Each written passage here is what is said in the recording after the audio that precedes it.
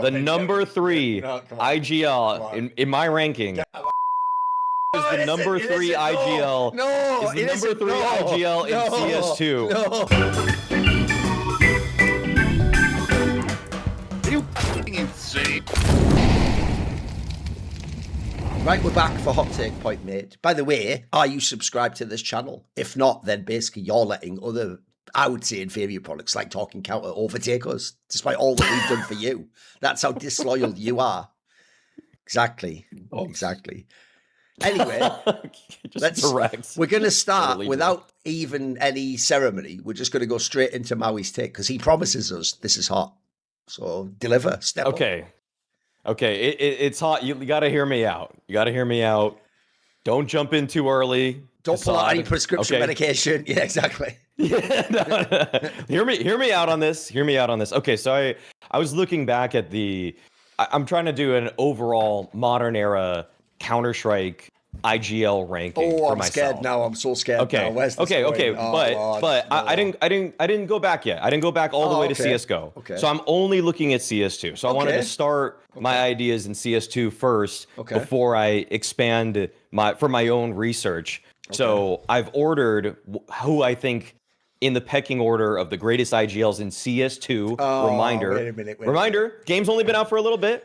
Game's only been out for a little bit. But I'm looking at the quality of their wins. I'm looking at just the sheer kassad. I'm not going to spoil it because obviously it'll ruin it if I somehow do guess. But all I'm going to say is this: I know Maui's brain, and I think what he's about to do is name someone because the reason he's setting up only CS2 is he's going to name as like a top 5 IGL, someone that we all are just like, does he suck or something? But I'm not going to say what I want to see what he's going to do.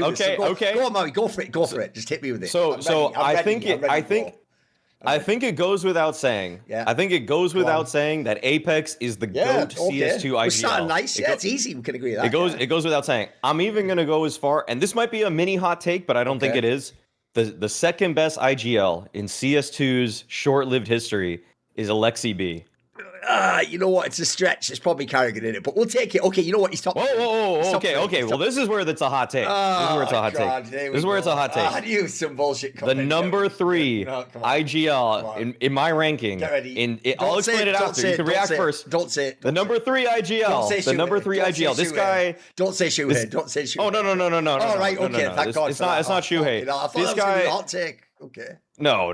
This guy's won. I mean, the silverware speaks for itself with this guy. He's only gotten to work. He's only gotten to work with 2 players in the HLTV top 20, and he has get me out. More. He has double the trophies of karrigan. Chopper is the number 3 IGL. Is the number 3 IGL in CS2. In CS2's history, Chopper is a clear number 3 for me. Okay, and that could change. But that's it right now. I have way more details on this one. I was breaking this down thoroughly enough to say, it's really hard to ignore what this guy has done. Listen, do you just mean buy trophies? Here's the problem. Are you actively admitting you're trolling, or are you serious? Actually, he was. No. I'm not trolling. I'm not. Better than karrigan. He is better than karrigan in CS2. karrigan. Okay, so if we want to go into that one already, if Chopper's third, he has to be better than karrigan, right? Yes, he's one position above karrigan. Right, okay. Because think about it like this. Okay, so karrigan won his major with a player that is now in the running for the best in the world with m0NESY. He won it with Nico, top 10 player this year thus far. He won it with Kyosuke, top 10 player this year thus far, and he won it with Tessus. Probably right now the support player that is getting the most plaudits, even though he's not in my top 20 for the year thus far. So if I even look at that in terms of, and yes, the Cologne Major win is extremely impressive because of the level of competition that they had to play against. But if I look through other parts of karrigan's career, he's the only IGL of these guys that are even in this that didn't qualify for a major. Like he legitimately went through a season and didn't qualify for a major. That detracts for me. I'm not only using like the positivity of his actual achievements to, bolster his case in this kind of stuff, and also to Chopper's credit over karrigan. Chopper has won Katowice and Cologne and a major, and he also has 5 trophies, 5 S tier lands on top of that. Okay, that's pretty freaking impressive. Whereas on the other hand, karrigan, the only trophies he won, S tier lands, were 3 practically at the beginning of CS2, and then he had to wait all of that time. I mean, the only S tier lands that karrigan's won in CS2 are Sydney, are CAC, and Chengdu, and the Cologne Major. And so the fact that he had this huge dry spell in the middle of it, and all he did was, I mean, it is impressive. It's why he is a great IGL. But getting to the major finals while having these seasons that actually they did really nothing in many of the seasons, that detracts for me. I don't think, like, you know, showing up for only one tournament per season is not really what I would consider a sustainably great IGL, or else you would be succeeding in other tournaments in the season. And I'm not letting the recency bias of Cologne cloud my judgment regarding the fact that 2025 was really not that kind to karrigan, with the exception of the run that they had in Budapest. Everything else was actually, I'd say it was significantly weaker. And again, like, I'm gonna remark on the fact that Chopper does have the strongest individual tool that any caller would likely want in donk. He had one very passive opper in Shiro, who I'd say HLTV rating is usually higher than the public perception of that guy. Like, he doesn't take over games. He really is he's like the perfect complement to donk. But then he's always working with 2 pieces who are not sniffing the top 20. Like, legitimately, Magix and Zontix were never ever close to getting top 20 plaudits whatsoever. And so they're basically just support. They're total support pieces. And so the fact that Chopper was able to find these kind of trophies as consistently as he did it's just impressive. It is actually impressive. And I had to sit down with myself because, yeah, I think from the eye test, I think if you only want to invoke the eye test, then you might say, like, karrigan had some great calls. I don't know. I just watched a whole 2025 where karrigan had a lot of bad calls and actually didn't help the team at all. So that's going to work against me in a game that's only had a 2.5-year history. So that's my case for it. I think that the clear number 5 in this discussion is Fallen, but, like, that's because there's really no strong contender for even that position. But yeah, no, I have Chopper currently above karrigan. Who's number 4? No, karrigan. Karrigan's number 4. karrigan is. So Alexi, Chopper, karrigan, and then no, Apex, Alexi, Yeah. Chopper, karrigan. It's all just about Chopper, right? Come on, Kassad, what's your reaction? I don't know. Have you been eating that plant behind you a little bit? What the fuck is that? Like, are you crazy? I've actually been consuming. I've been consuming Huel. Okay. We'll get that. Oh, nice. Now the thing is, like, you're absolutely fucking insane not putting karrigan on number 2, right? And putting Fallen on number 5 is also okay. He has to be number 5. Like, disaster. No, he doesn't have to be number 1. Okay, there's nobody else that I think. Okay, there is Blitz. There is Brolin. I definitely would not give it to Brolin. Much better. Definitely, who's all Brolin won was a Kluge against what, an underpowered Falcons that wasn't quite in their final form. Listen. Let's start from the very beginning. Apex, we all agree, like, it's an undisputed thing. When it comes to karrigan, he has to be number 2, right? Because I think you're picking out stuff that you like, but you're ignoring stuff that would be against your point. This is like, for example, like at the beginning of CS2, who was the most dominant team for the first 6-7 months?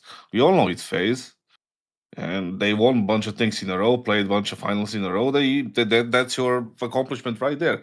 They had a dry spell, like you said yourself, but look at the lineups the other so-called your top 5 IGLs have. Like, for example, that Chopper has a mega superstar, the future possible GOAT, right? The GOAT contender.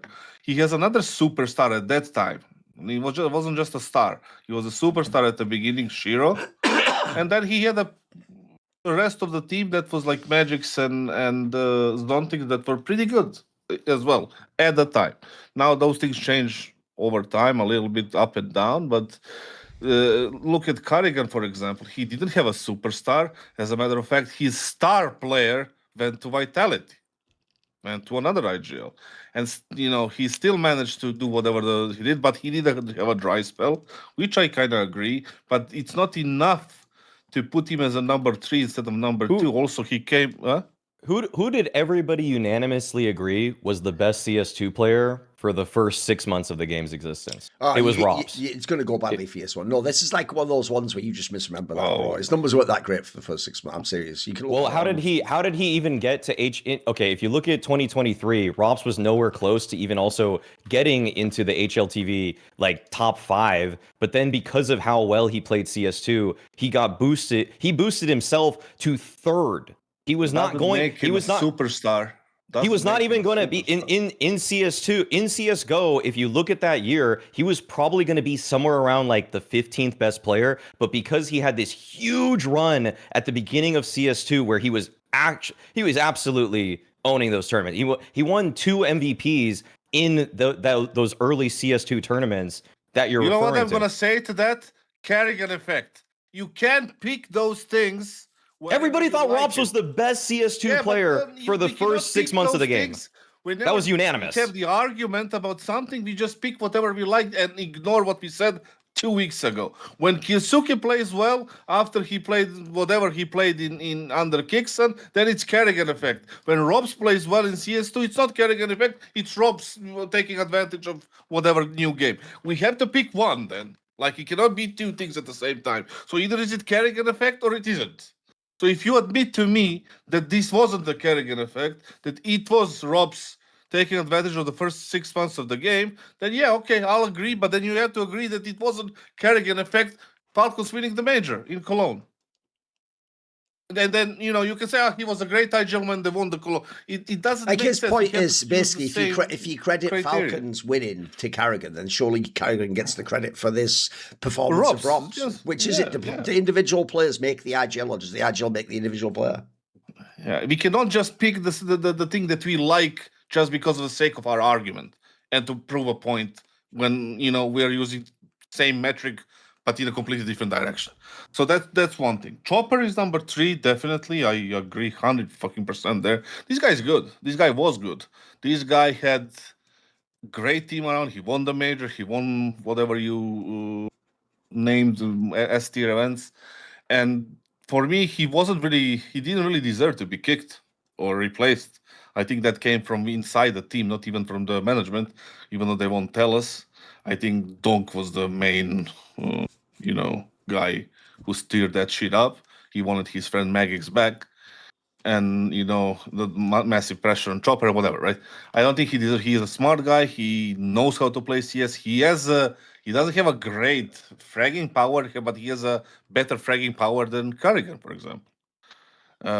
He had a good coach behind him. I mean, all of a sudden, you're talking about like number 3 here, and he's definitely number 3. Number 4, Alexi, for me, I do agree. He accomplished a lot without the superstar, with JL, with, wonderful, coming from, a disaster form, playing in Sprout and shit. So he has to be there. I know Duncan loves him a lot, and I like him quite a bit as an IGL. And I think he deserves to be in the top 5. And the top 5 and the 5th spot, you put Fallen. Now you're putting Fallen in the... What was he doing in the first year and a half before he got sold to Furia for 600k or whatever it was? Where was he? I can't even remember. Does anyone remember? It was in Imperial. No, you mean? No, he Imperial? was on. No. He was in all of CS2. He was on Furia. All of CS2. 3 years? 2.5 years? 2.5 years of Furia ever since. Yeah, but the thing is that it was kind of like a different iteration of Furia at the beginning of CS2.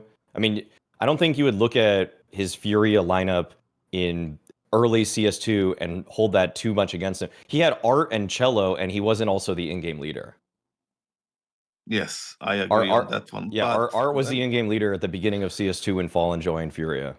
Yeah, but he did, right? He did become an IGL after they removed Art, and they managed to do absolutely nothing, right? So the first and the only success they had that they will ever have was the fact that, they brought Molodoy, Yekidar, and had that little bit of a run when they won 4 titles in a row, played finals, and then now, obviously, the major finals is not a small thing by any means. But you want Blitz above Fallen in CS2? The thing is, like, it's again what we look. Are we looking at titles? Are we looking at like who built a better team? Because look at the Blitz and the Mongols lineup. Who were they? Like, they had nobody. Like, they were nobody. They were not even the top 5 Asian team back in when they started in Katowice 2022 or 3. I can't even remember anymore, right? Remember when they started, they were surprising all those teams, including Furia at the beginning. Remember when they had that Bartak guy and whoever was it? No, but this is CS2, Kassad. I'm looking at CS2. I'm not worried about their journeys in CS:GO, or we'd have a very different ranking. No, I'm just saying that was the start of their like build up, right? And then this whole take is about Chopper. Why are we now just doing all 5 players? It's never going to end if we do this. Like, it has to be about Chopper. Okay. I'm just naming his 5, and I would change some spot. Okay. I would change some spot, and I would exclude Fallen, but he has a valid reason to be discussed as number 5. Let's put it like that.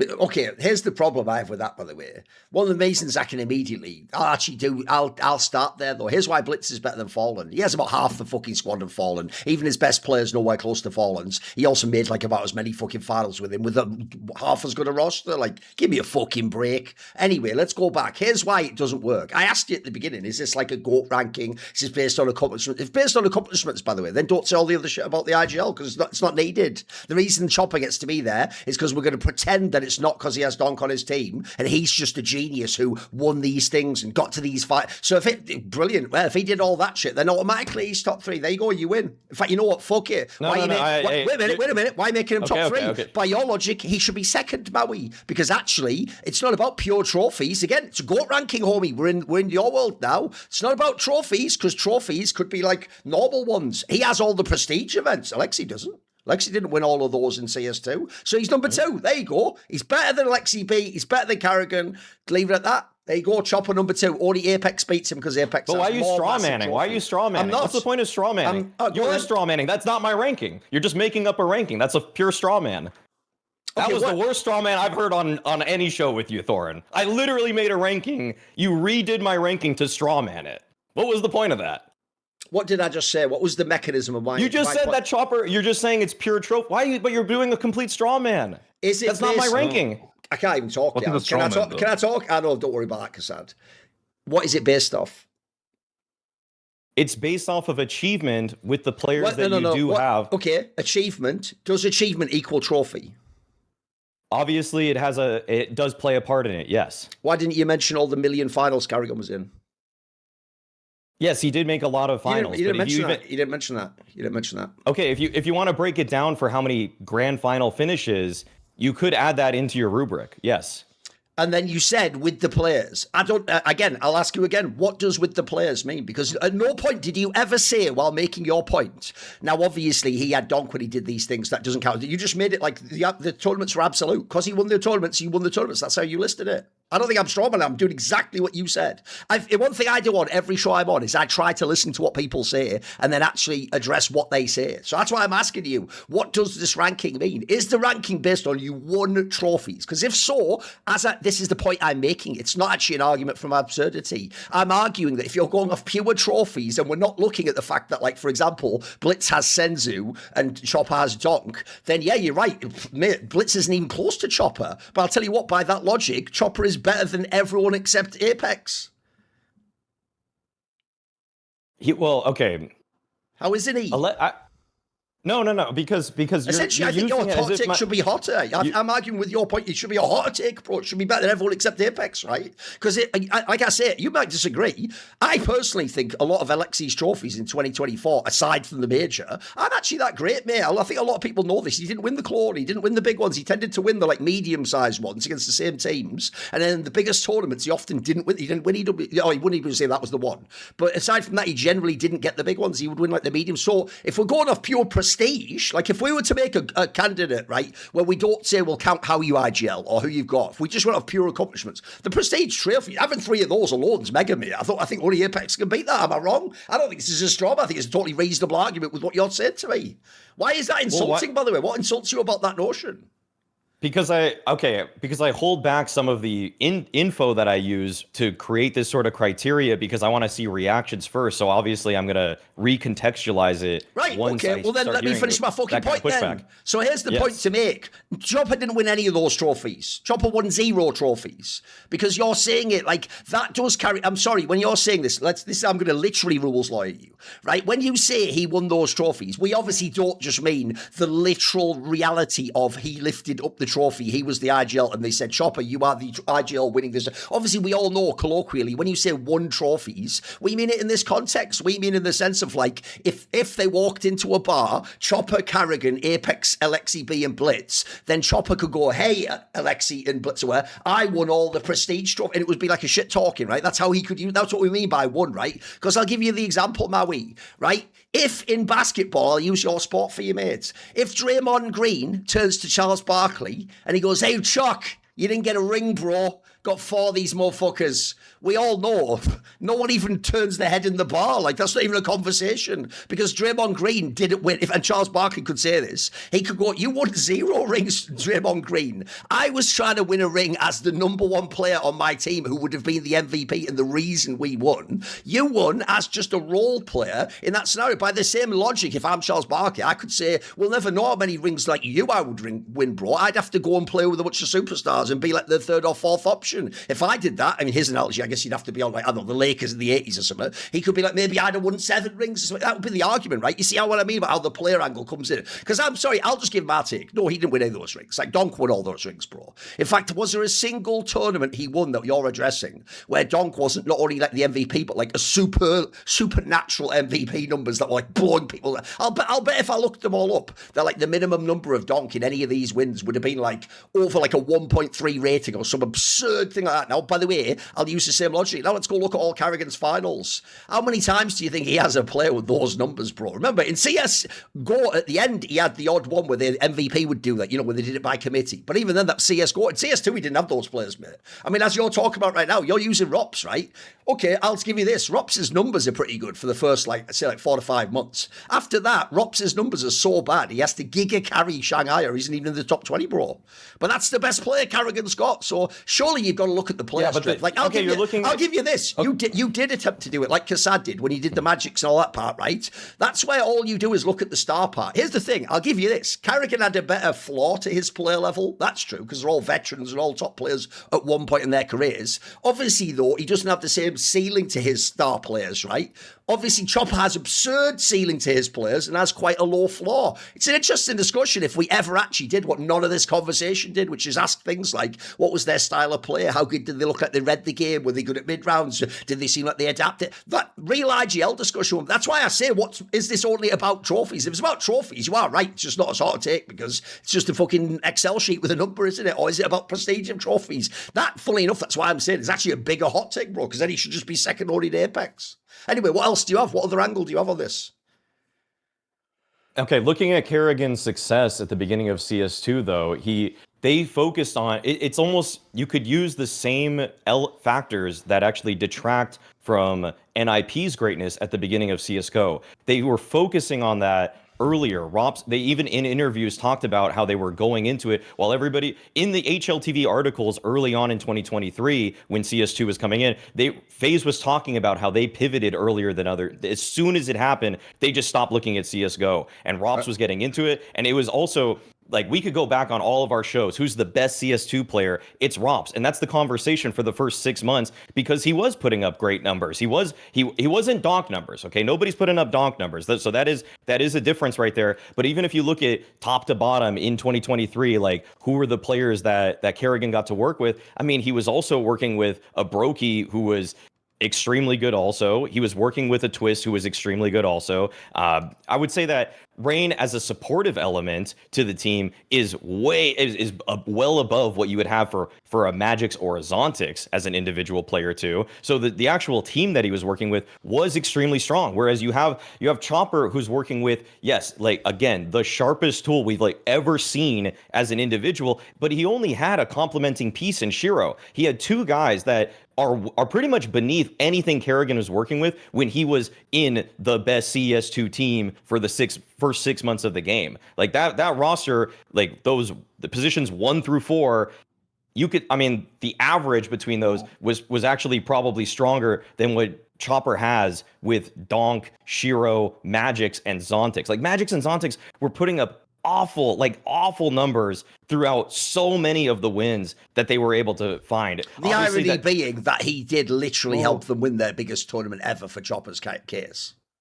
Well, yes, obviously Magix had the one great tournament. That doesn't happen in CS2. There's no rain tournament in CS2, bro, where he would have been the MVP of the tournament. Oh, I can't MVP. That never happened. But also, listen, you mentioned NIP and the start of the CSGO. The bigger difference there, like everybody had access to CS2 at the same time. Yes. For NIP, they had earlier access than everyone else. That's why they were better, not because like they were. It's not like a 100% clean analogy, but literally also look at the quality. For me, it's not even 5%. Look at the quality of FaZe's wins at the beginning of CS2. Dude, they beat Complexity in the grand finals. They beat ENCE with two of their playoff runs early on. They beat ENCE with 2 stand-ins. They beat him with Vladin and they beat it with Nexius. Okay, that's in their playoff runs at the beginning of CS2.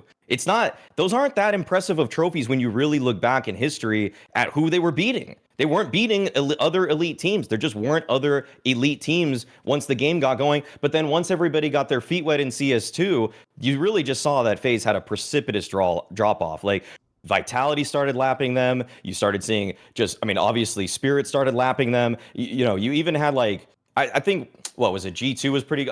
There were a bunch of teams at that point that were already overtaking FaZe for a better team, and there was this basically two-year waiting period for karrigan to even put anything forward with a FaZe team that all they had, the whole conversation was, is this even? How impressive is it that karrigan gets to the grand finals but does nothing else for the rest of the season? Like, we knew what we were getting for FaZe for 2 consecutive seasons, which was that do absolutely nothing, literally lose in multiple group stages, and then make it to a deep run at the major, which is why we loved it. I'm trying to take off the major blinders for even some of this, and those do contribute to your greatness. Like majors and deep runs do contribute to your greatness. Chopper made it to the playoffs of all of them. He had deep runs as well. So I don't think. But you're still forgetting the fact, Maui, that the karrigan lost his best player in Robs, who wasn't a superstar. But that's only for one. He was a star. Okay. And also the individual form of Broky was off completely after the initial part. It's not because they caught up to him. It's because his form dropped. He returned to shit. And that's the IGL didn't change the numbers. Okay, so I guess we just don't. So we just don't grade karrigan for all of 2025. Is that what we're supposed to do? No, we do absolutely. Listen. Okay, so how does 2025 help his case? Because it doesn't. It absolutely hurts his case. You have the major finals, right? One major final in 25. You are the one who is putting the major on such a big criteria that it determines and skyrocket you into top 1, top 2. What I find weird is you used the same points both ways though. So for you, on the one hand, you're by the way, Chopper made all the major playoffs. It's karrigan made nearly all the major finals, bro. That's you cooked on that one. You set that one up. I don't know why you'd say that. That's what I keep saying. Here's what's weird about this. I actually think your case is way stronger. Doesn't that equal? That's practically equal then in many of those cases. He has donk. Mate, I have donk and I made all the playoffs of majors. Oh, I don't have donk and I made nearly all the finals. Yeah, I think. Dude, the whole conversation about Spirit is how do we keep replacing Magix and Zontix? They had 2 guys. Right, I'll give you another angle. Here's another weird argument. You didn't mention what happened after Chopper left. By your logic, they must have just fallen apart, mate. Magix isn't even an IGL, so logically, when Chopper left, they must have just been nothing, and now they just must be in the doldrums, mate. Even with donk, that'll prove that Chopper must be the good. Oh, wait a minute, they're pretty much about as good now after you gave a few months to Magic. They won one trophy. They won one trophy. Let's go without Vitality at the tournament. But listen, let's not forget Falcons there, and then they missed the playoffs at Blast. Right, do you want to know? Here's a fun one for you. Do you want to know how many trophies I think that Chopper would have if he actually had to play against this Vitality? 0, maybe 1. He also didn't play against this Vitality. You do know that, right? He was playing against the one with Spinksmith. That's when he won the majority of the trophies you're talking about. The majority of them.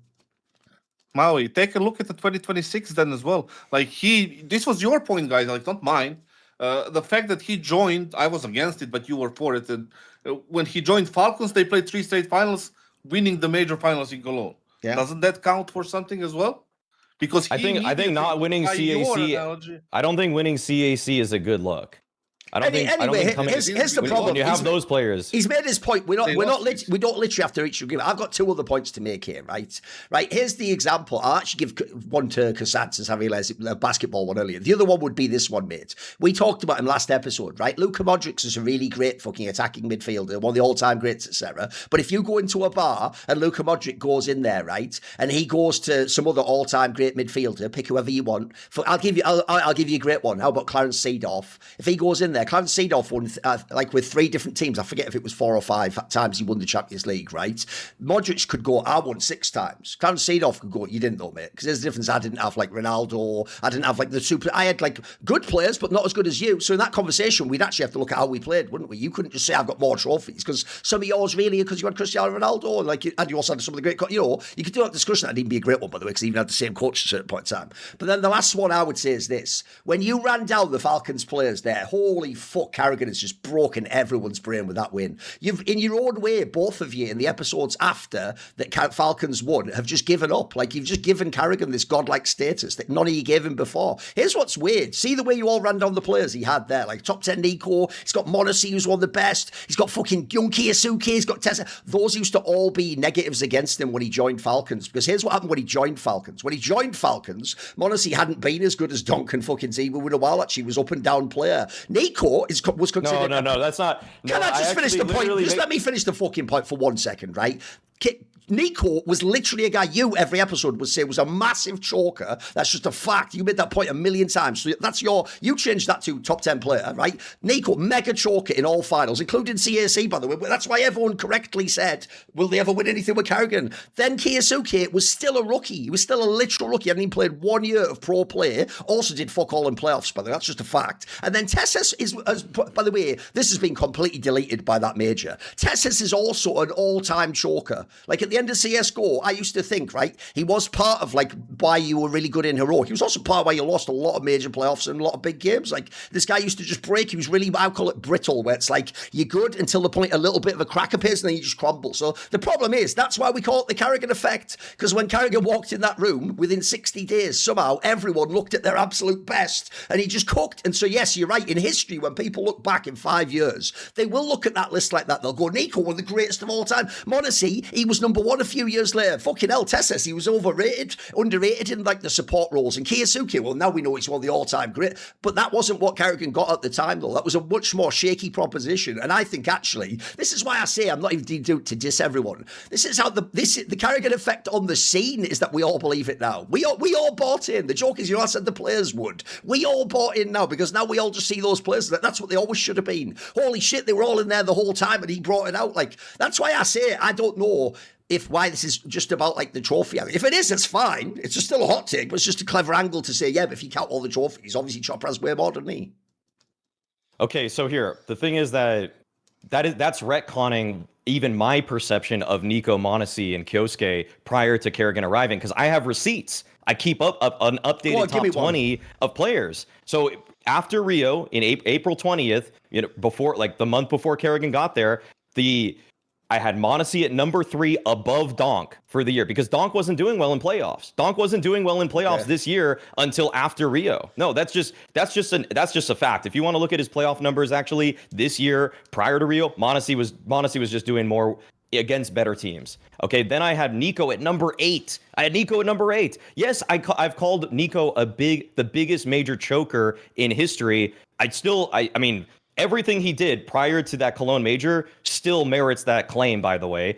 But he's obviously undone that curse, okay? It's a different conversation. And I had number 12, Kyosuke. Okay, the only team that had more players in the top 12 of my ranking was clearly Vitality. So the only other team, so it's like he got to take the second strongest roster that was currently in existence. And that's before they were winning. That's before they won the trophies. I still rank them incredibly highly because the raw output of those guys was just absurd. If they're the second best roster, then why wasn't the take like that's not a hot take? It's all Thorin Costa could win the major. They're the second best roster. That was okay. Well, Yeah, I mean, your take was also they could win the major. Yeah, it wasn't their. By the way, you're going making to. my point for me. Do you know why that was still one of the best hot takes ever? Because even to say they could was something no one else thought. I never pretended I'm psychic pro. Never said it will happen. But you were saying they could for like 2 years. Well, then why did you say they couldn't? I said it. I think if you okay, I know. I went back to your point and I looked at exactly how you framed it. When I go back to my response to it, yeah. I probably said something more akin to it's possible, but I don't see it happening. That's not even more. All right, mate. Okay, so it wasn't a hot take when I said that. Yeah, we're now retconning that. It wasn't you say even Falcons can win. Oh my god! So now even though I made it clear, in this episode. I made it clear in this episode we are not using, right? I'll ask you one last question, and the topic ends after this one. When I said could, did I mean it's physically possible for the score to read 13 rounds for Falcons and them to win the... So by your logic, Maui, when I said that take, I was saying every single one of the 8 teams in the playoffs could win the major. Yes? Correct? Well, that's literally what your words. Yes, because the only way you could ever get this argument to where you wanted was to literally lawyer the letter of the law, not the spirit of what anyone was saying, which was your entire argument to begin with, because at no point, at any point in this discussion, have you actually talked about how chopper IGLs, you've just tried to do rules lawyering about whose players had better stats, and at the end do stuff like that. Now all of a sudden it wasn't even a hot take for me to say that Falcons could win the major before they played Vitality into Spirit and Fury. That now wasn't even a hot take, but bizarrely no one trashed me and everyone agreed I was insane and it was one of the worst hot takes ever. Cool. No, there you go. That's it. By the way, what's good now is the viewer can decide. This is not a thing where we have to reach a resolution. We have determined Maui's got his points. I'll just throw one last thing in for you, and it's a freebie, which is this. I noticed 2 things about CSGO that are never applied the way it's done right now. So first of all, every person who agrees with Maui, get Pronax right into your top 2 or 3 IGLs ever in CSGO. He won 3 majors, loads of trophies. Nobody I know has him in that discussion. Most of you even have fallen above him. Most people, I don't even have him in the top 5. And then lastly, this has to apply. If you really believe it's about winning the biggest trophies, then Tarek was a better CSGO IGL than Cadian. That has to be a fact. I don't agree because I judge IGLs on things like how did the IGL, what level, what did you get out of your players, how strong is your star player, what style what opponent did you play? By the way, what opponent you played decides if you win any trophies at all. If you played the most dominant era ever, you'll get fuck off. If you played in a sus one where people win 1 trophy every 2 months, then you'll win a couple. It's hard to tell. That's why Navi 2024 doesn't make Alexi number 1 on this list, does it? Because it was a weaker era, etc. So anyway, I think we made our point. It's all good. Now let us move on. Yeah. Well, what's left to make? Go on, make the last point, Kassad. No, it's just like, and it's not about making the point. I think you both are like talking and not really listening to the other guy properly. I think I've done my absolute best in this whole call, but half of what I said wasn't even my opinion. It was just me genuinely trying to clarify what Maui meant, and then because he just kept playing games with it. We didn't want to turn this he kept playing into games some with sort of a reading a report from the fucking courtroom. He said this in this and this word has been used. It's about the con. When you said like that Falcons could win, you said it like that, but also the way you presented it as a hot take, it was like you think they're going to win. I mean, we can go back and basically, if you were to recontextualize my hot take, it was this, Kassad. If it's not Vitality, then it'll be Falcons, right? I don't know anyone else. I'm sorry, I don't know. Even though now that's what everyone sort of agrees, I don't think anyone. Again, you can all call me a liar if you want. I don't think back then anyone thought that if Vitality lost, then Falcons wins the major. No, I think people still thought Spirit wins or fucking Fury wins. I think there's a whole bunch. I think people thought Falcons would choke like at CSE against Legacy. Like I actually think until they beat Spirit, I think no one really thought they were going to win. So again, you can say I'm just using again. The joke is, I myself afterwards even said I just said could. I could have even rode with the idea I implied they would. Like, no, I used it. Whatever. You can, again, do what you want, mate. If you want to win with it the one way, you said it in a different way, so you can leave yourself a little bit wrong. Yeah, right. What's to say? Maui used that. Maui used that at the end, trying to like put it as a lawyer would in a courtroom, and you kind of disagree in a couple of matters. But we've got to move on anyway. The show can't be 2 hours long. Yeah. So if you like to see people having conflict, etc., then you were eating good there. But actually, that won't sustain you, believe it or not. And in 10 minutes or whatever, you'll come down from the high of that. You'll have to get on with your own life, and you'll have to be sustained via other means. Well, if you don't want to just live on the words of Thorin alone, why not try Huel? I actually tried some. It's a complete meal. I had some instead of lunch one day, and then I went like 4 or 5 hours before I had my evening meal, and I wasn't hungry. It actually did work. It's not like something you have additionally or between meals. It's actually a complete meal all in its own. That bottle that I just held up, the black edition, the RTD bottle, is the grab and go version. It has 35 grams of protein, 7 grams of fiber. It is under $5 a meal. If you get the powder, then that comes to 40 grams of protein. It mixes with water or milk in about 30 seconds. It has 27 essential vitamins and minerals. No artificial sweeteners, colours, or flavours. You can get 15% off online if you are a new customer. And it is pretty simple. Obviously, I would say in this case, if you're someone who goes to the gym or you have only a short work time period or you want to play loads of games and queue up and play matchmaking and face it and all the rest of it, if you just don't have time, rather than just eat a bag of crisps or something whack like some bad ramen, why not have this bottle and have a complete meal? And of course, you can save. So, limited time offer. Make healthy eating simple. Get Huel. That is Huel. Get Huel today with my exclusive offer of 15% off online with my code Huel at huel.com code LFN at huel.com/LFN. New customers only. Thank you to Huel for partnering and supporting our show. Okay, let us now go. Kassad, your take. You're up, bro. Let's continue with Spirit. I mean, it's a trend of this show, I guess. So, by the way, Maui did technically wake up really early in the day to do the show before he does a whole broadcast day. So understand. Perfect time to use fuel. He hasn't had his coffee yet. He's a little bit, we're all working off limited sleeps. It's all okay. It's all fine. There'll be a future episode of Hot Take Point. Go, Kassad. Go. You're going to take that, Maui? Listen. The Spirit. I'm going to be short and I'm going to be precise. I'm going to say the Spirit is going to be considered the number one team at the end of the year. How does he think? Mate, you know that episode, man. Only you'll know this reference because you were at least of the age that you will see this. Do you remember the episode they made? I'm not even a big South Park fan, but the one where they made fun of Family Guy, where they showed that they broke into the facility. Do you remember this episode? Did you ever see it, Maui? I don't think I saw this. Basically, what happened was they did an episode where Cartman or whatever hit the premise. It's quite a good premise. Cartman hates Family Guy, the TV show, but the they have the messed up versions of all the Family Guy guys. No. What happened is everyone keeps going up to Cartman and saying to him, "Oh, you must love Family Guy because he's supposed to be a funny guy," right? And then he hates him. So what he does is they break into the facility where Family Guy is written, and what they discover is that Family Guy is just generated via manatees hitting a button that makes like a ball come out. And because the gag is, if you've ever seen Family Guy, actually the formula is just like, what if celebrity A met celebrity B on drugs in, scenario C? And it just is like almost a Mad Libs. And you realize, by the way, it's sort of an accurate, obviously it's still funny, but it's accurate, right? Basically, I want to know this, right? He's about to make this take right now. How does he come up with these takes, Maui? It feels like he's using like a random number generator because on past episodes, Spirit will be shit. But how has he got it's like every episode he has to think. He actually is doing contrarian shit. He's just thinking, what wouldn't they think I'll say? And then he comes along like, you know what? You plebs probably think Vitality or Falcons have been number one. No, I think Spirit number one. Then he sits back like, they'll never get me. Go on then. Explain to me how at the end of the year Spirit number one. Hit me with it. Hit me with it all. At the end of the year, hit me with it. I'm ready. No. Listen, we are not counting the first. Yeah, just the second season. They're going to be the best team in the second part season. Of the season, they're going to be considered by majority and probably everybody else. The community, I've said the hardcore fans of whoever. Oh wait, it's even better. I thought you just meant at the end of the year they'll reach like number one on the ranking. They're going to actually be the best team of this season. Is the tip? They're going to be the best team of this season, and everybody will think that. Okay. Now the thing is, what they doing? Bring a chopper back or something. Go on. Whatever. Why am I saying this? In the break, right? Listen. I was in Turkey for vacation, right? And then I got to stop. Never beaten the allegations, but don't worry about it.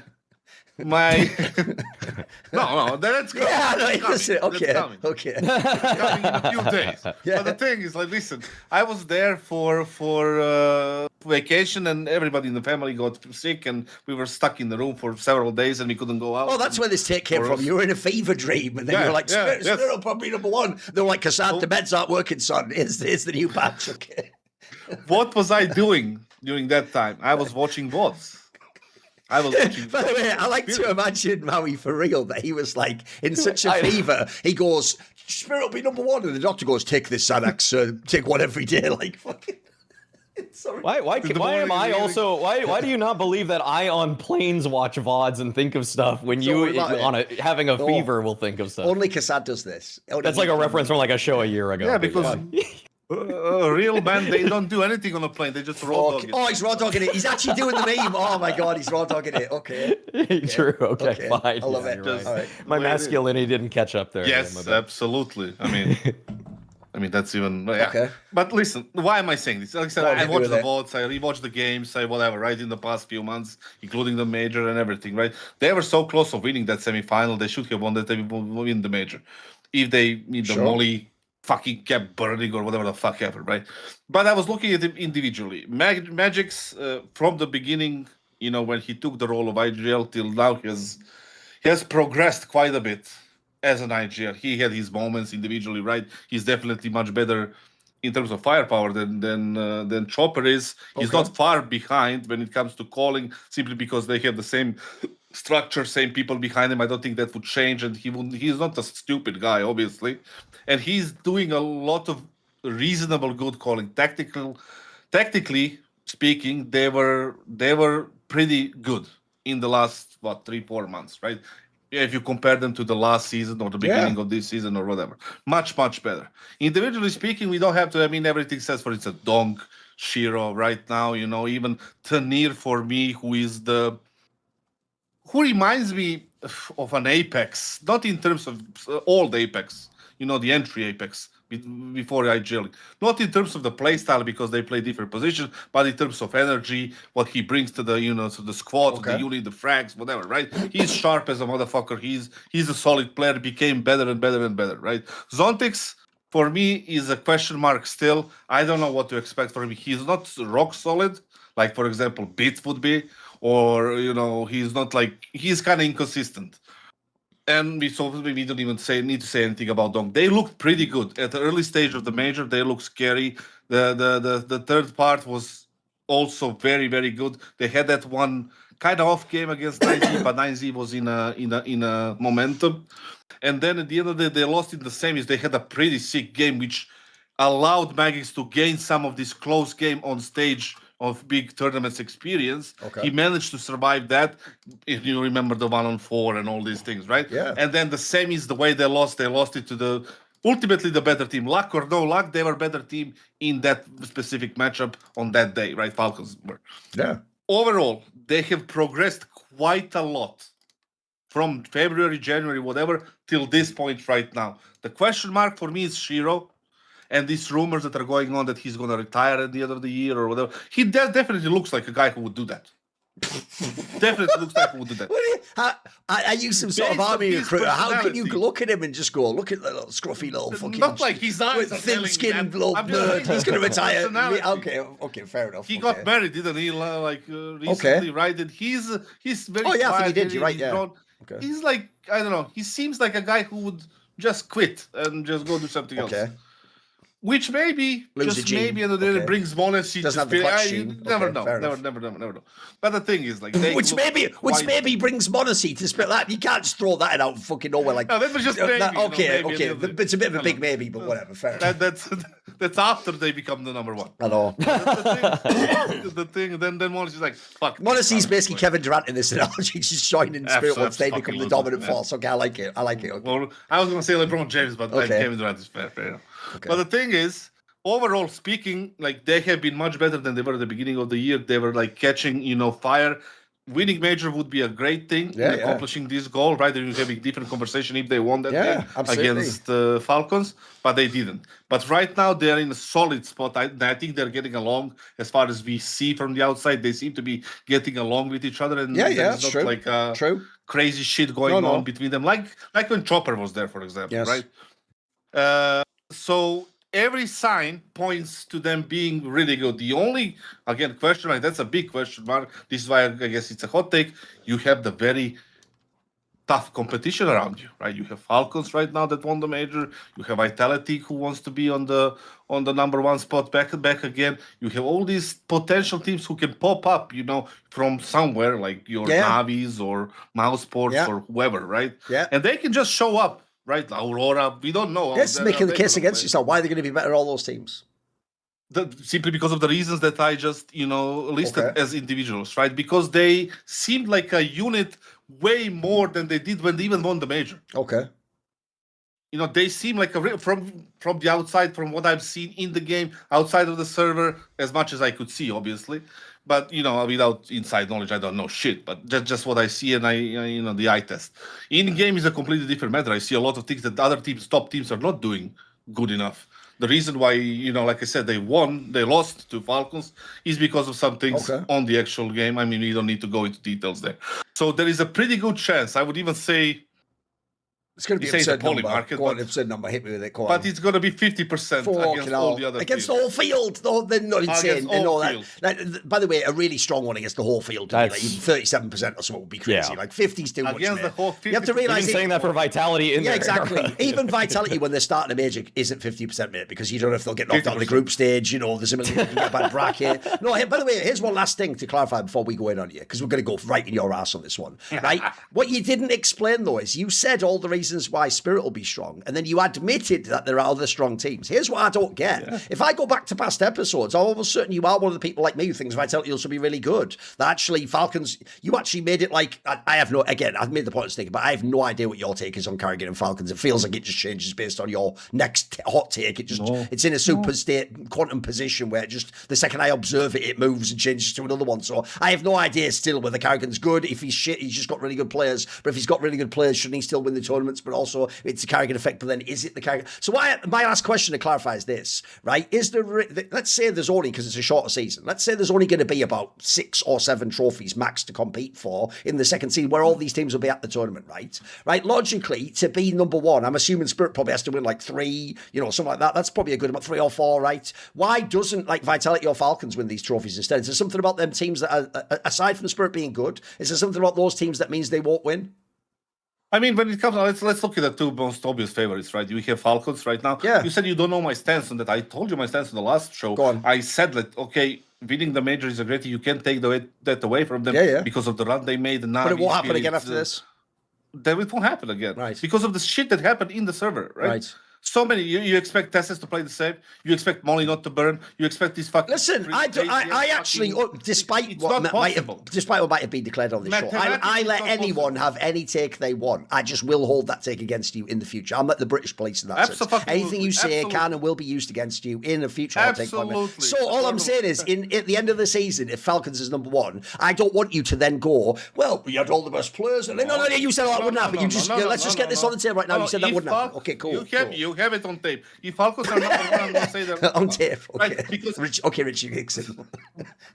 Go on, keep going. The thing is, like, I have an 8 tracker. Got him. Got him, lads. We got him at last. Okay, right, go on. No. The thing is, like, if they are number one, they are number one, right? But it needs to be with the trophies, like consecutively winning trophy, 3 out of 7, including the major, 4 out of 7 without the major. Okay. Right? Yeah, so you're also going to sweep most of the trophies, right? Yeah. Okay.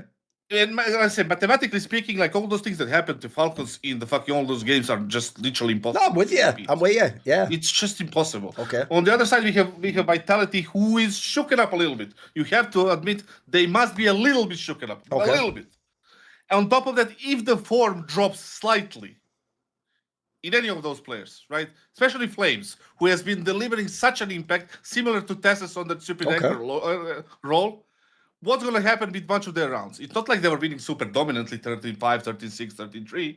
They had their close games. They had their 2-1s against different teams. Okay. Right? So if the form drops a little bit, obviously there is a point where the form rises a little bit and they still become the number one. And I'm wrong. I am aware of that, but that's why I think right now I think you made your point. Yeah. Go on then, Maui. What do you think? I've said on our other show that I think Falcons is going to be the best team this year, or for the second season. Well, that's perfect, because then we've got a great little hot take leaderboard. I'll take Vitality, you have Falcons, and he can have Spirit. There you go. I think it's a fun one. Yeah, funny secondary hot take. I'd say by the end of this year, per his achievements in CS2, karrigan will overtake Chopper in my rankings. Okay. That's not a hot take to me, believe it or not. But yeah, go on, keep going. Yeah, no, it's I know I don't. I like it though, because I like that we're all taking one of the real contenders. I think I don't believe that Spirit are going to actually be the best team. I think that they are firmly third, but I would be completely unsurprised if we look back at the end of 2026 and they have 2 Probably 2. I'd say 2 trophies this season. I think that's where we're gonna end up. Something around there. They're gonna take a big one from probably Vitality. They're probably gonna take a big one from Falcons. But I think more often than not, when they match up against those teams, I'd say Vitality and Falcons are like the 60-40 favorites. It's not a heavy favorite, but just enough that it's going to get them over the line. We're going to have a lot of really great series this season, actually, as just like a big win for everybody that loves watching pro Counter-Strike. This is going to be one of the best seasons ever, I think. We've had weird hype ups before, but like if you want to, I'll take this side. This is an addendum hot take. If they had Sotfik behind them for the major, I think that they would have beat Falcons. I think that extra 5% is what they needed, because the way that they looked at Rio and at Astana was different. It was different. It was actually like that was the best I've ever seen Spirit, the organization, play, period. I've never seen them play better.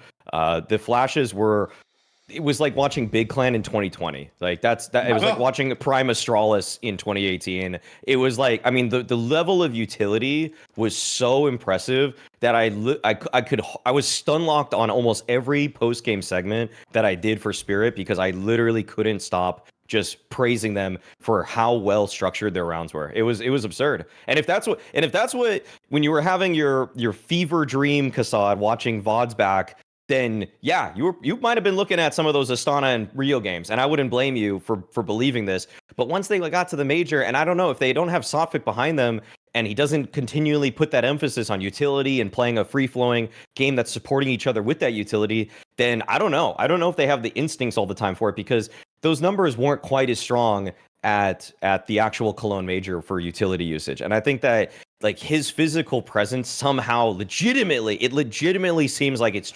rewired their brains in some way to make them use flashes. No joke, not even 30% better, but like 100% better than they've ever used them in their lives. So yeah, I like it. On the condition they have Sotfik behind them, then you might have a case here, but I still don't think it's always going to pan out, even if they do. All right, I will now, for the future rule lawyers, clarify in the most literal sense with English language words written on parchment that will now hold forever in time. But this way, I do think Papyrus preferred. Aside from, obviously, I have Vitality number 1. I think Falcons is capable. I don't know if they will. I think Spirit is the only other team that can be number 1 this second season. I actually don't think that like Fury or Raw, I don't think they can do it. Like I don't even think the best case scenario, because the problem is, if you're those other teams, I think you almost need these big 3 teams to all fail somehow. If even one of them's good, surely the 3 we've picked are the number 1. Like if they all play their absolute best and anyone else plays even slightly worse, I think these are the 3 teams capable of doing it.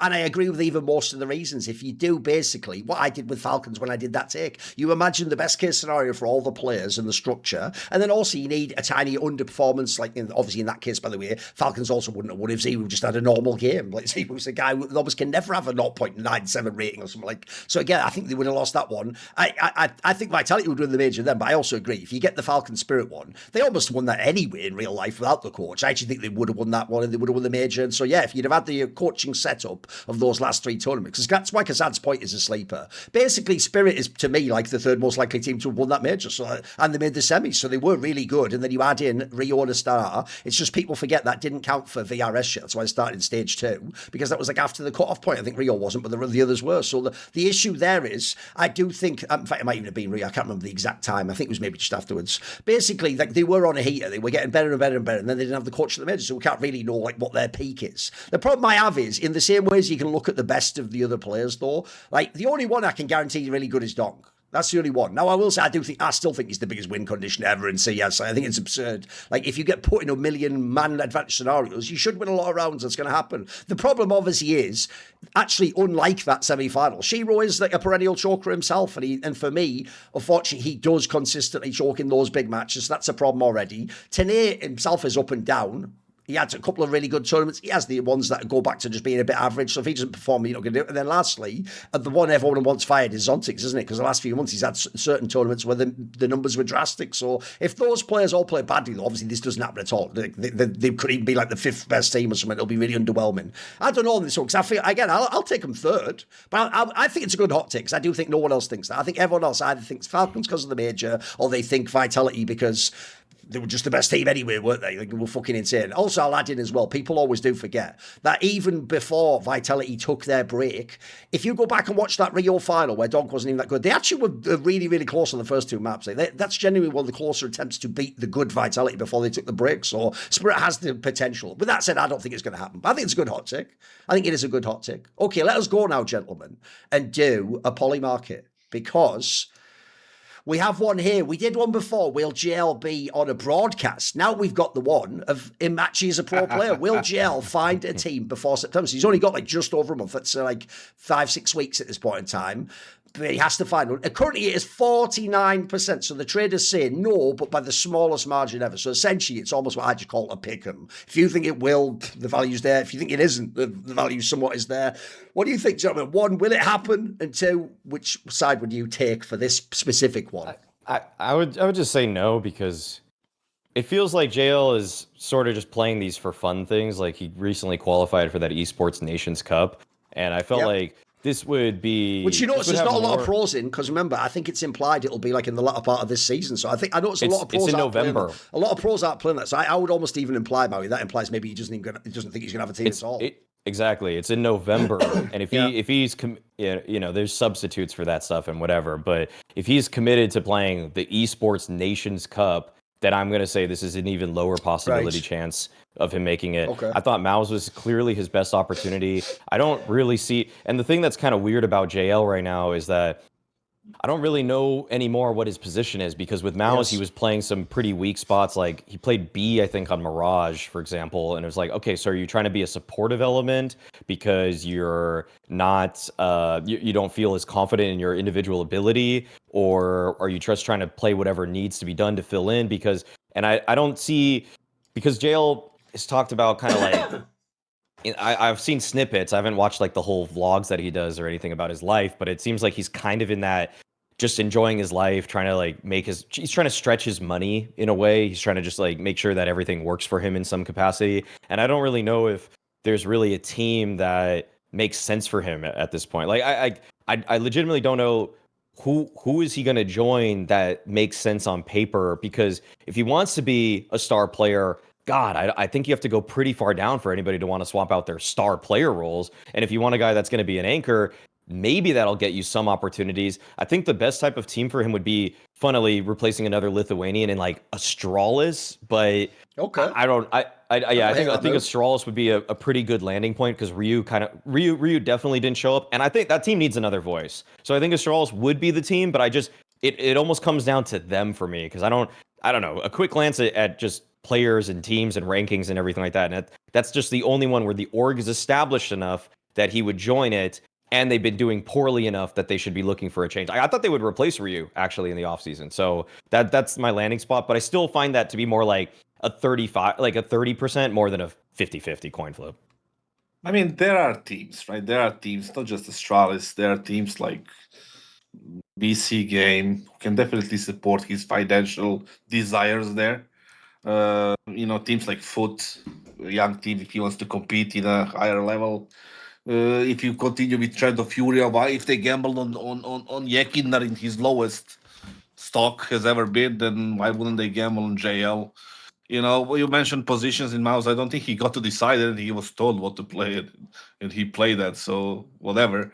Like September 1st is a little bit of a stretch for me, simply because right now the season just started, and who is gonna kick the essentially star player for him 1 month into the season? Like, makes no sense to me that nobody would do it. Nobody sane would do it, and especially not the team that can afford. Because I'm telling you, if he wants to join the team right now, he's swimming in money because of Navi and Major and whatever he did right now. So he feels comfortable to ask 20, 25, 30K, and teams like Heroic is not going to pay for him that much. Teams like Foot definitely, BC Game might, but not like so early. So at the end of the day, I would say no, simply because of those kind of parameters, I guess.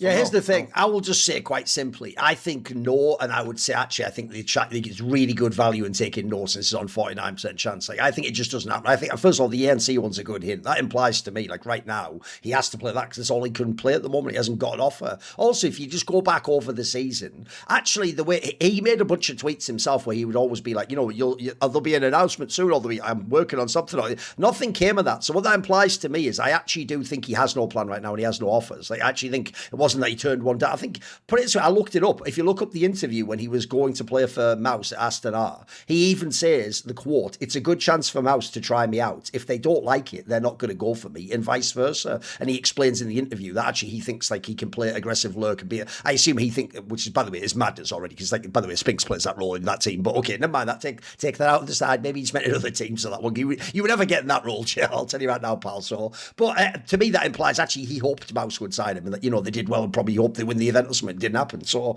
I personally think he doesn't. I also think as well that actually you've nailed it with the role part. The real problem is this: if I want to put him just on a random team, like just as the fucking, just to have another name or to have like fucking whatever, but he accomplish things in his career, yeah, he could do that. But I think he wants to play his roles, and unfortunately, I don't think the rest of the scene thinks he's that good, and I don't think they remember him that fondly. If it even happens, I would say definitely past September. I would say this is more like the move you do in October as your panic, your Falcons to karrigan, where you just try to sign a player because you need one little kick to do a run towards the mid. So, but even then, I don't think it's a top team. I think it's more like, fucking some team that's like 11th in the rankings. So I should say maybe it's even Astralis. That's actually the sort of level I would expect to take to play like him. I don't think it happens. I think the September part makes this safe to say no. And I just don't think he'll be on a team.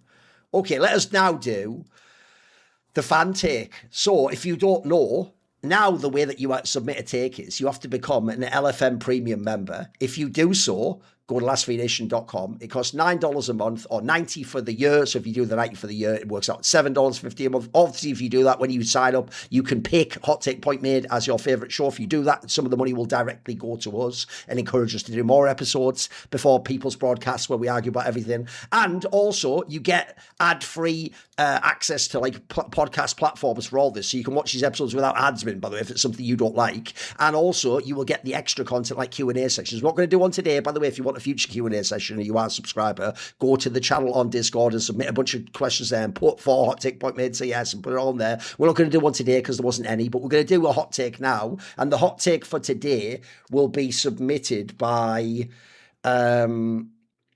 Sorky. So listen to the hot take. It says, Donk will never be the undisputed GOAT because of the role he plays.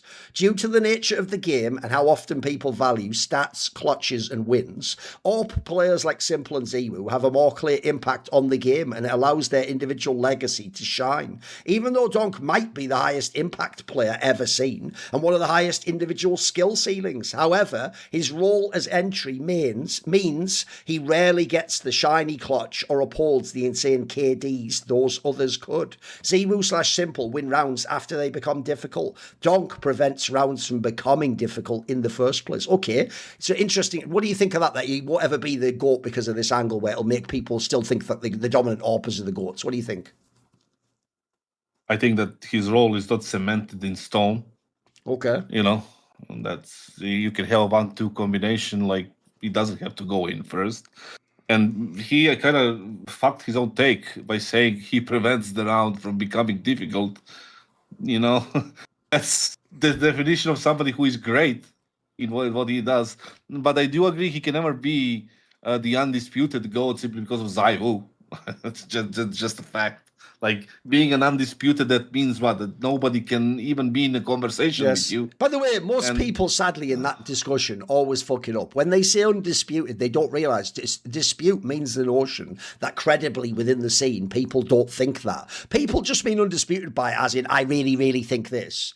It's like saying facts, bro. Obviously, you're not saying a fact, you're giving an opinion, but they think that. So, unfortunately, for example, I'll give you the obvious controversial one, Kassad. Every Messi fan can keep saying Messi is the undisputed GOAT. Then why do millions of people dispute it? Like, you haven't thought that one through, have you? Like, that's an example of where you've actually, what you mean is, to me, he's the only GOAT and the other guy isn't. Like, I think, I know what he means by that, though. I know what he meant by that. He just meant, like, everyone will never acknowledge it. Not everyone has to agree, obviously. And also, like, I don't think that conversation is up to be had. for the GOAT Okay. between ZywOo and Donk, because Donk was not on the scene as long as ZywOo, so he's longer. So if everybody is, I mean, he closer means to in the being future, though. undisputed- He's assuming he keeps the same role, and no matter what happens in their if he careers, keeps the same role, if he still there is a conversation. Right now, it's still not there for me. But there is a cover. If he continues like he will, he probably. I don't see Seems him like it, dropping yeah. away. That Seems like it, sure. He's a 1 in a million type of player. But the thing is, like with the roles, like I said, he can change. But the reason why he cannot be undisputed, and that's why I agree, even though it's the completely different reason, is because ZywOo is present. And he is the player that is so versatile, and we don't need to go into that details. But his presence is definitely the one that makes you have a conversation rather than say like John Jones is the GOAT of MMA and nobody can have a conversation about that. I think that would be the analogy for like MMA, for example. Right now, small part of the people would say Khabib, but that's not even in the conversation right now. I mean, I could make another case, John... but don't worry about it. Keep going. Yeah. But the thing is, like, let's take basketball right now. Is Jordan the undisputed? I mean, definitely not, because loads of people think LeBron is, don't they? So it can't be disputed. It's kind of like a 2-horse race for most people. The thing is, like, the difference between those people and basketball, because those people in basketball didn't watch Michael Jordan. And in CS, they watch Donk and they watch ZywOo. If anything, you're making a case for Donk, because actually, if anything, if ZywOo finally drops off and 5 years from now Donk's number one, then people think it was Donk. But the thing is, right now, the reason why I'm saying he is kind of right now is because ZywOo's presence. Okay. The fact that he breeds. What do you think, Maui?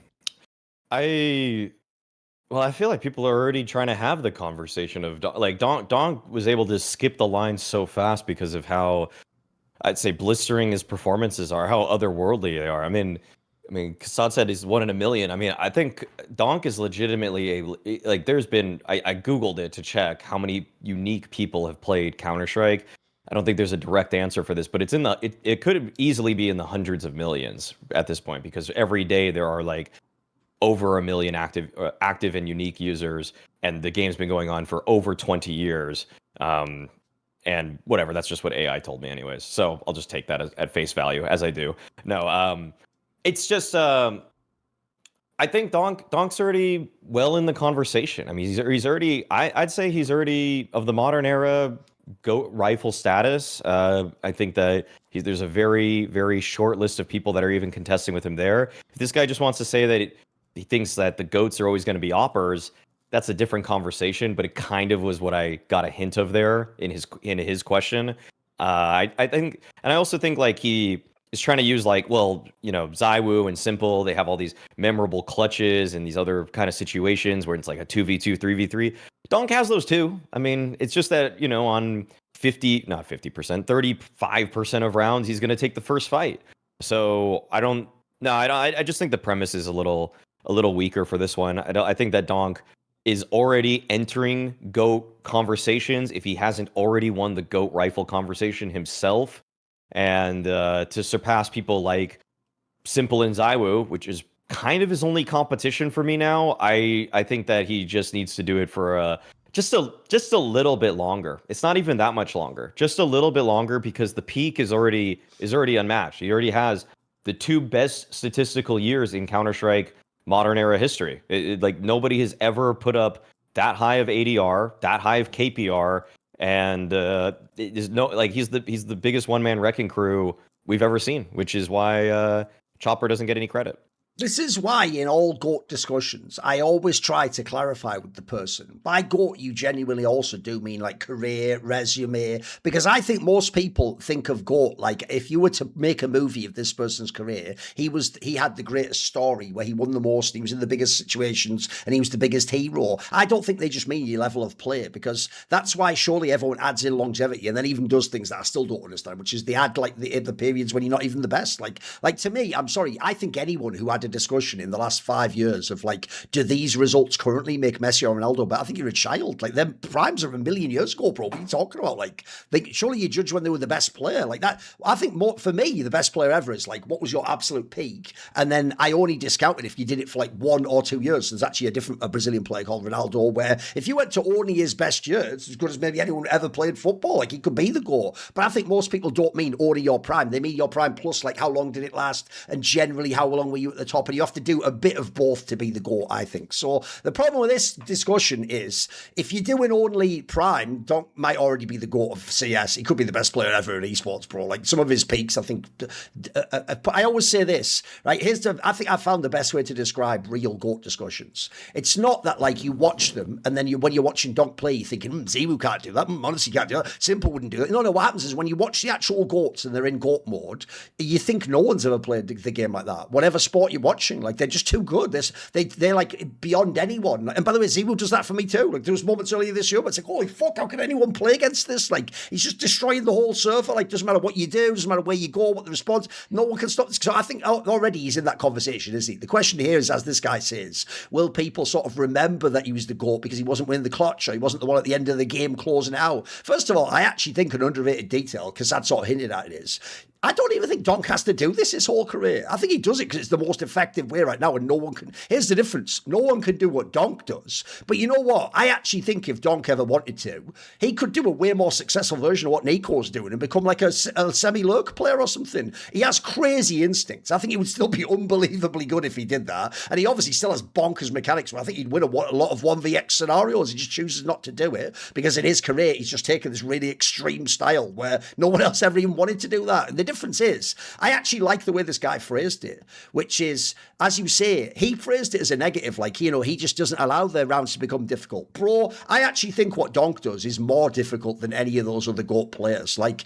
I used to say one of the reasons I thought Simple was the GOAT in 2018 is sometimes he would actually force the game and go first with an AWP. Like, that's alien. You don't do that if you're the best AWPer. You let other people go, you set them up, you get information, you trade, then you dominate from the middle of the round and then you close it out with the clutch. Like, I think what Donk does, like, essentially, you have to think of Donk like if you play a matchmaking game with teammates that are shit and you're on Mirage on T side, he opens the game up. That's the worst fucking position you could be in a matchmaking game when no one's done any aggression whatsoever. You're not with a real team and you've got scuffed utility. Like, it's a nightmare to do that.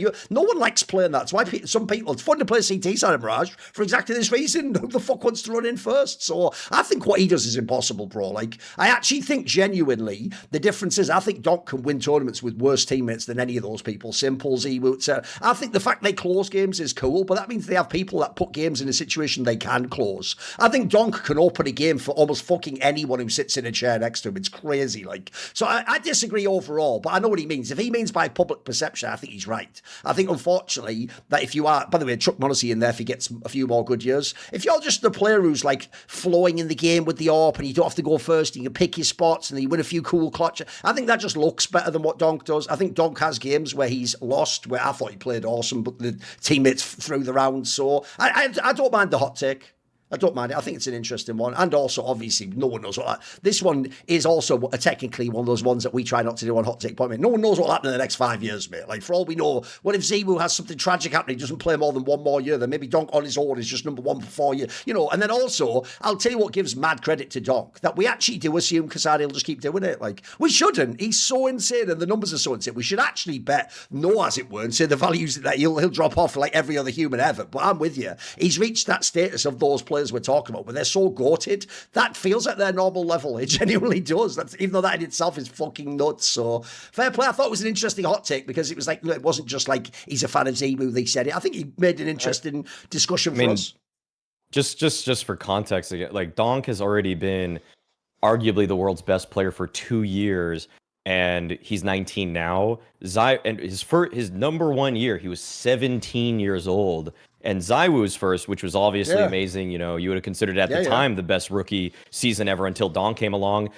Ziwu was 19. Ziwu was 19. So Donk already has 2 years under his belt before Ziwu even joined Tier 1. It's actually why I give the example of the Brazilian Ronaldo, because Crazy. if people don't know, Brazilian Ronaldo was like 17, 18, and he was just he was the best player in the world. He was actually unbelievable. But again, in his case, he had injuries. So whatever. We hope that doesn't happen to Donk. I hope also, by the way, in all these takes, that everyone just plays awesome for the rest of their careers, and we can just judge it on how good they were, not what was your teammates like, did you fall off the gate, etc., etc. Like, I mean, an obvious angle if you're a Donk fan is, let's see Zemo have an actual scuffed roster, not a roster where he's got Spinks and that's bad. Like, no, a real scuffed roster. Let's see him have a CS:GO roster again and do what Donk does, because I think what Donk did, to me, Donk had the scuffed CS:GO Vitality type roster and then won fucking everything with it. I think that's unbelievable, personally. Anyway, let's move on, because we've got another Polymarket, boys. So there's a match coming up in a couple of days at Blast Bounty. It is Magic, that Russian team that was online. You saw that the odd tournament at the end of the first season, playing against 3D Max, who obviously people remember. They had the top four, that PGL Bucharest, which was the scoffed one, but then they've made these changes where they've got Masuta now, body left. They changed the coaching staff. They swapped the badge.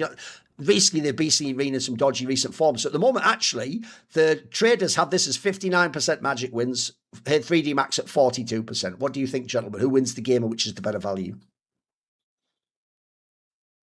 No, Maui. I think Magic. I think the one thing that actually makes this a more enticing underdog pick here for 3D Max is because they just played Magic at the stake ranked event, and they lost the second map in double overtime, and the first map was relatively close also.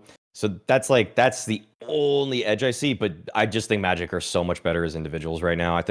I mean, just for an aside on 3D Max, not for this matchup, I think they have done they've zagged every time they should have zigged on French players. They've done the worst with like people say you can't build a French team right now. Well, you can't if you're going to take 3 guys who aren't even in the top 7 of the French scene. That's your problem. You don't have Natiu, you don't have Body. I feel like I'm missing another player that they Exorcise. They don't have Exorcise right now, and they have Kersey. Like, what are we even doing? Like, I'm just mad at 3D Max right now. I think you could have had a good French team if you were down to have like Maka, maybe Masuta, Lucky or not Lucky, Body, and whatever the names I said earlier, Natiu. Oh, Natiu, okay. Natiu, yeah. Like, you could have had something there, but instead you just stuck with Gravity and you got Kersey. Like, they're just playing politics over there. They're not playing Counter-Strike. I wish there was a market for like the most boring match of like CS2 ever. Because this one. Well, that's where the value is, Kassad. That's where the value. This one would be 100% up there, because like for Magic, like that's the Russian team that AW is playing, and right. Yeah. Boring. But the thing is, like 3D Max, I think Maui he said it nicely for once. That like they're playing politics. They're fucking like destroying the team from within. Like the team that had potential to upset any other like title contenders when they're playing their own game. As I remember, you said they had the top 10 or top 20 strats. Yeah, at some point. That was a while ago now. That was a while ago now. I think it was about a year ago. But still, it was a French line. Their tactics were really sick. Their tactics were admittedly the best part about that, because you look at the players and nobody here is exciting. Okay. Yeah, exactly my point. Nothing is exciting in this matchup.